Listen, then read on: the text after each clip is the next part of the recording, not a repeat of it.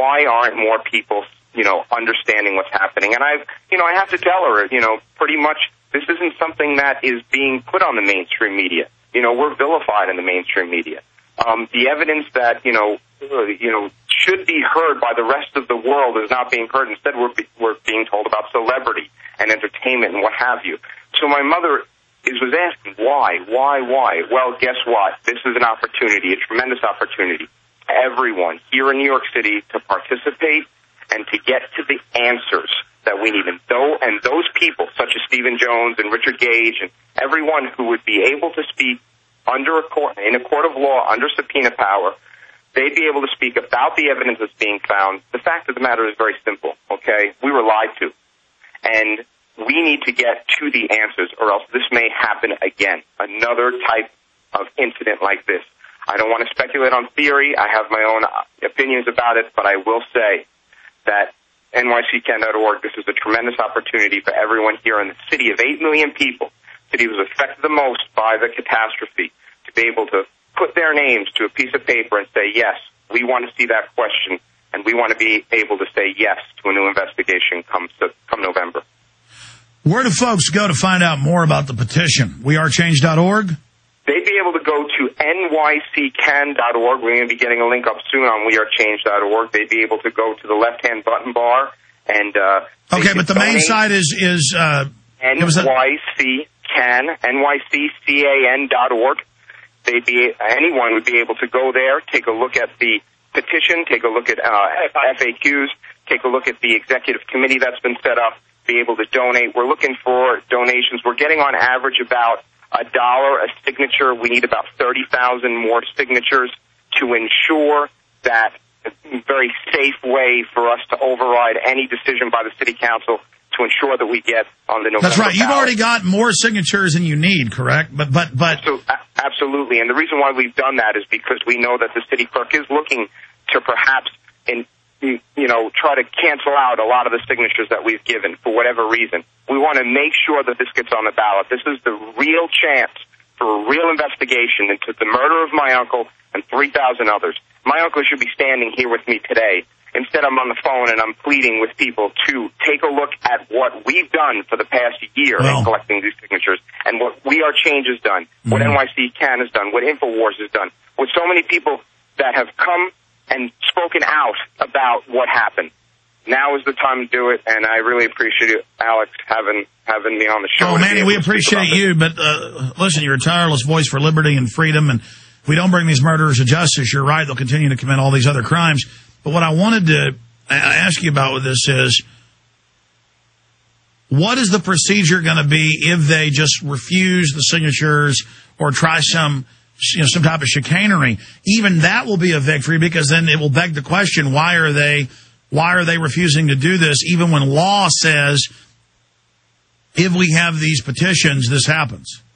Exactly. Home Rule Law 37 under the New York City Charter allows for this to take place. If they begin to refuse it, we are looking for legal counsel. We do have some legal counsel, but we're always looking for more legal counsel to ensure that if they do try to say, hey, this is invalid, that we will continue to pursue this.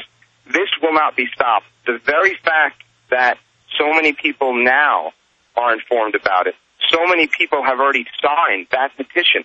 I mean, we're in a city of 8 million people. To have 68,000 plus signatures already signed saying we need new investigation, that just begs to say, hey, what if we had 100 petitioners or 200 petitioners going out showing New York City voters this petition?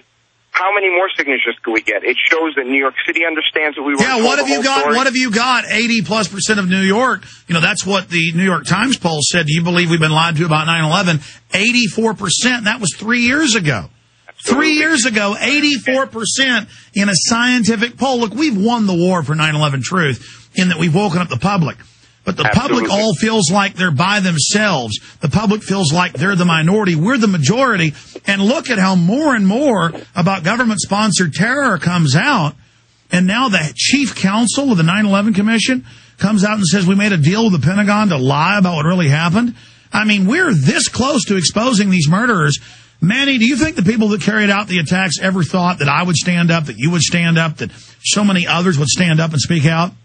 I think they might have had that inclination, though I do want to say that they never knew the strength and the power of what we bring, and that's truth, and that's justice, and that's more than anything that they could ever throw up against us. The fact that we have over 60 family members that have already signed the statement of support, the fact that we have first responders and survivors signing our statement of support, that list is building every single day, every single hour. Okay, there are people that know what happened. They want a true investigation. You can't stop that. You can't stop liberty. This is true liberty. This is something that we were all conditioned to grow up with, to say, hey, you know what? You live in the United States of America, free America. Well, guess what? We have an opportunity now to really bring that to the public, to bring it to the voting booth, to bring Manny, it to where it's got to go. Absolutely. Manny, briefly, tell folks about what happened with you, because you're lost family. You're able to go to these meetings, specifically the names of the meetings and dealing with these whitewash kangaroo trials of supposed Al-Qaeda people from Gitmo. Tell us about that. Yeah, I'm going to tell you a little bit about that. I'm actually going to send to you an article, Alex, and I just want to say to everyone listening to send articles in when these things happen, because this is news that needs to get out to the public. This is not something that the public hears about. We are way too much about celebrity and other related nonsense. The fact is, I was in a meeting with the Military Commission's prosecution team a couple of days ago, and we were sitting in a meeting in New York, and the Military Commission's prosecution team gave the family members that attended a list of different charges that are going to be brought against Khalid Sheikh Mohammed, and because they want to say they've got your support. They want to be able to say in the media, oh, the family likes kangaroo trials, as if you're not for kangaroo trials and the end of freedom in America and the end of the Bill of Rights, you're with Al-Qaeda. Stay there, Manny. Tell folks what happened when we get back. This is amazing and important and newsworthy info. He's sending us an article in the next few days to post at Infowars.com. You'll hear it here first when we come back.